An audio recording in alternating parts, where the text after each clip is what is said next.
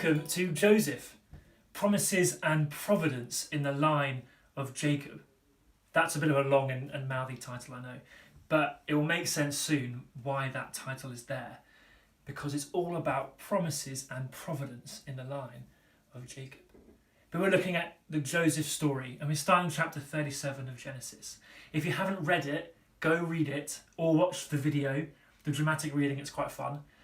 And if you don't know what's happening in Genesis so far, we made a cool little intro video to introduce you to all the big things that happen in Genesis up to 37. But we're in 37 verses 1 to 11. And it's a pretty cool passage. So we meet Jacob. Jacob's got his family. Jacob's also called Israel, but we'll get to that a bit later. Jacob and his family's got 12 sons. It's a lot of sons, isn't it? 12. I doubt any of you have 11 brothers. He's got 12 sons, but his favourite is Joseph. Okay? That's his favourite. He loves Joseph. Joseph also got given a beautiful Technicolor coat from Jacob. It's probably as beautiful as this jumper, isn't it? Lovely, beautiful coat. Probably had nice colours. You know what it looks like. Beautiful coat that Jacob gave him to show that Joseph was his favourite son. And then a couple of weird things happen. Because by this point, as you can imagine, Joseph's brothers are feeling a bit jealous, aren't they? I mean, imagine if one of your brothers or sisters got given an amazing coat or some amazing present from your dad, and you knew that they were the favourite. That would make you feel horrible. So the Bible tells us that they started to hate Joseph. So it was already going pretty bad in the Joseph and his brothers' friendship. It was already going pretty bad. But then Joseph has these dreams, doesn't he?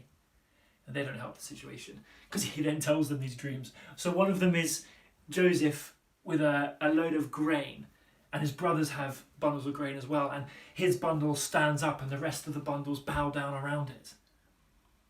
It seems to be very clear what's going on, because his brothers get annoyed and say, "What, do you think you're going to be king and rule over us?" They didn't like Joseph even more because of that dream. Because for them, it made it look like Joseph thought he was going to be king over his brothers, and they were going to bow down to him. And then not just one dream, but two dreams, another one. This time it was Joseph with the sun and the moon and 11 stars bowing down to him. The 11 stars are obviously his brothers. Sun and the moon, his mother and his father. That's what Jacob thinks, because he says, "What? Are we going to bow down to you as well?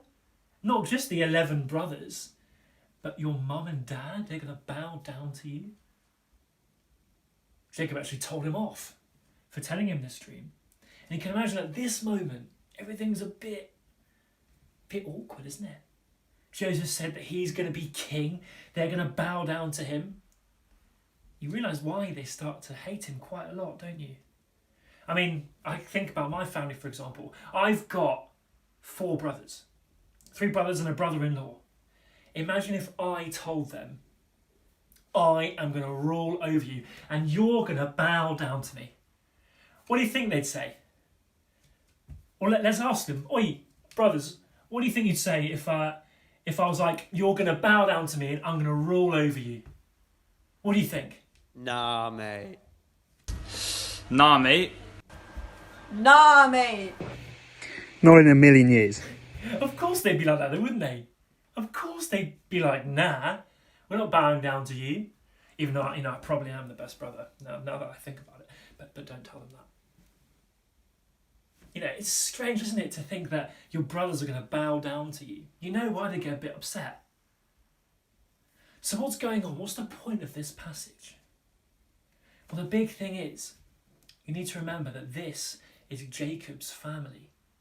And his name is Israel. You might know that name. That's God's people in the Old Testament.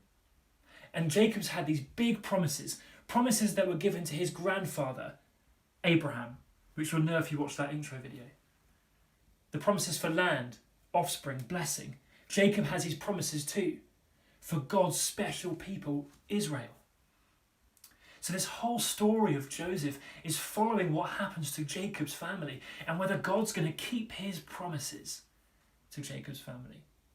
Whether he really is going to give them a land, a family, blessing. Because they go through some really hard times and some really uncertain times. Is God really going to keep his promise to our family? And this is the start of us seeing how God works through Joseph to keep his promises to Jacob's family. And these dreams help us to know that God already has a plan.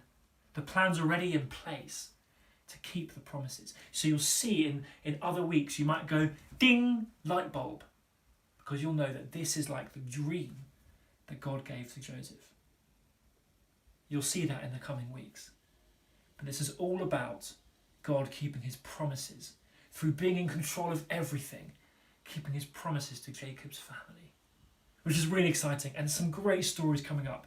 I'm so excited to look at them. So come with us each week to find out more about the Joseph story and seeing God keep his promises through his providence, which is his control in the line of Jacob.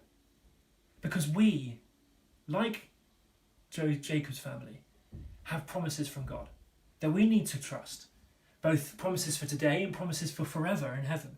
We have promises from God to us, promises that we need to trust in the day-to-day of life. Every day we need to trust God's promises, knowing that he is in control. And that's what these stories help us to do, help us to trust God, that he has a plan and he is in control. We can trust God because he keeps his promises. And we know that because of Jesus, we have a sure hope, a sure promise to us all who believe in him. More on that later. But we know that because of Jesus, we have a great promise that we need to trust God in. So just like Jacob's family, we have promises too.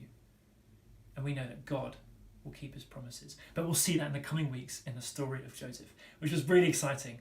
So answer your questions now, and we'll see you next week.